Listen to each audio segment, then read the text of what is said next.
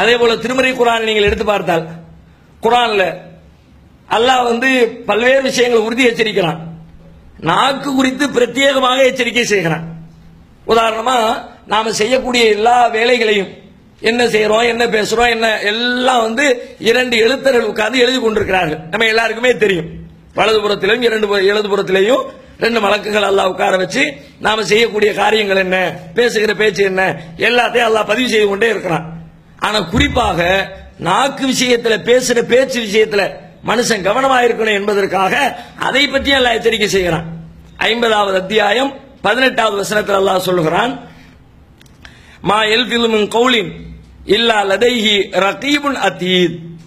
எந்த மனிதனும் அவன் பேசுகிற எந்த பேச்சாக இருந்தாலும் அவனோடு அதை கண்காணித்து எழுதுகிற எழுத்தாளர் இல்லாமல் இருப்பதில்லை. அவன் செய்கிற எந்த செயலையும் அவர் எழுதத்தான் செய்வார். ஆனா பிரத்யேகமா பேச்சை அல்லாஹ் சொல்லுகிறான். மா யல்ஃபிது மின் கௌல், எந்த சொல்லையும் அவன் சொல்வதில்லை. எப்படி சொல்வதில்லை?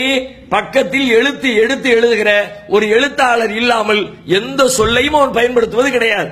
அப்ப எல்லாம் பதிவு செய்யப்படுகிறது, எல்லா பேச்சும் எழுதப்படுகிறது, கவனமாக இருந்து கொள்ளுங்கள் என்று சொல்லி குறிப்பாக நம்முடைய பேச்சை குறித்து அல்லாஹ் தனிப்பட்ட முறையில் அறிவுரை சொல்லுகிற விஷயமாக இந்த செய்தியை பார்க்க முடிகிறது.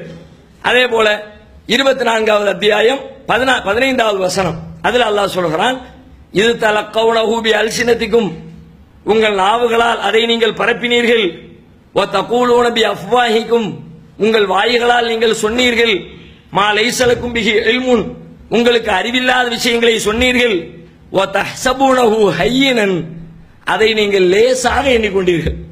உங்க நாக்கினால் நீங்க பேசுற விஷயங்களை ரொம்ப லேசாக எண்ணிக்கொண்டீர்கள். வ ஹுவ இன்தல்லாஹி அலீம், அது அல்லாஹ்விடத்திலே பெரியது, பாரதூரமானது.